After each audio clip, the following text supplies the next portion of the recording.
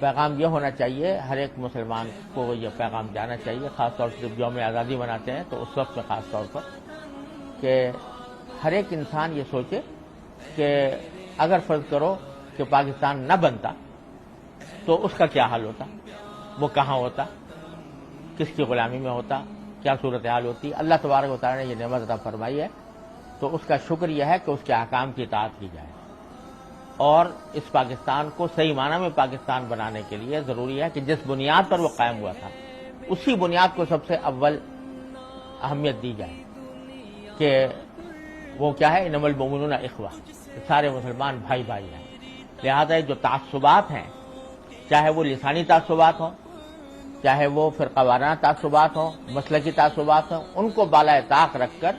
اس مملکت کو صحیح معنی میں ایک اسلامی ریاست بنانے کی جد و جہد کریں، اور اس کا راستہ بند نہیں ہے، کھلا ہوا ہے۔ اور اگر ہم میں سے ہر ایک شخص اپنی زندگی کو اللہ تعالیٰ کے اور اللہ کے رسول صلی اللہ علیہ وسلم کے احکام کے مطابق بنائے اور اس بات کی جد و جہد کرے کہ ہمارا معاشرہ بھی اسی مقصد کے تحت آگے چلے، تو کچھ بعید نہیں ہے کہ اللہ تبارک و تعالیٰ وہ خواب جو ہمارے بزرگوں نے دیکھا تھا اس کی تعبیر ہمارے سامنے آ گئی۔